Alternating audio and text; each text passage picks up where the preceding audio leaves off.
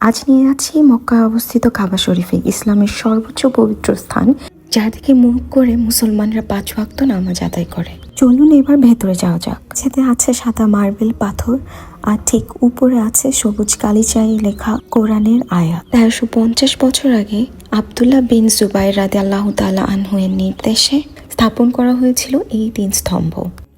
স্বর্ণ দিয়ে মোড়ানো এই গেটটির নাম হচ্ছে বাব আল তাওবা, যার মাধ্যমে কাবা শরীফে ছাদে যাওয়া হয়। এছাড়াও আছে বিভিন্ন সময় উপহার পাওয়া বিভিন্ন ল্যাম্প এবং এই ছোট টেবিলটি, যার মধ্যে সংরক্ষণ করা আছে বিভিন্ন ধরনের আতর এবং পারফিউম, যা কাবা শরীফ পরিষ্কারের জন্য ব্যবহার করা হয়। এই দরজা দিয়ে কাবা শরীফের ভেতরে যাওয়া হয়, পরিষ্কার করে 2 রাকাত নফল নামাজ পড়ে অন্য দরজা দিয়ে বের হয়ে আসা হয়। কাবার অভ্যন্তর খুবই রহস্যময় এবং আধ্যাত্মিক স্থান, খুব কম মানুষই দেখতে পেরেছে, তবুও বিরাজ করে আছে সকলের হৃদয়ে। ধন্যবাদ।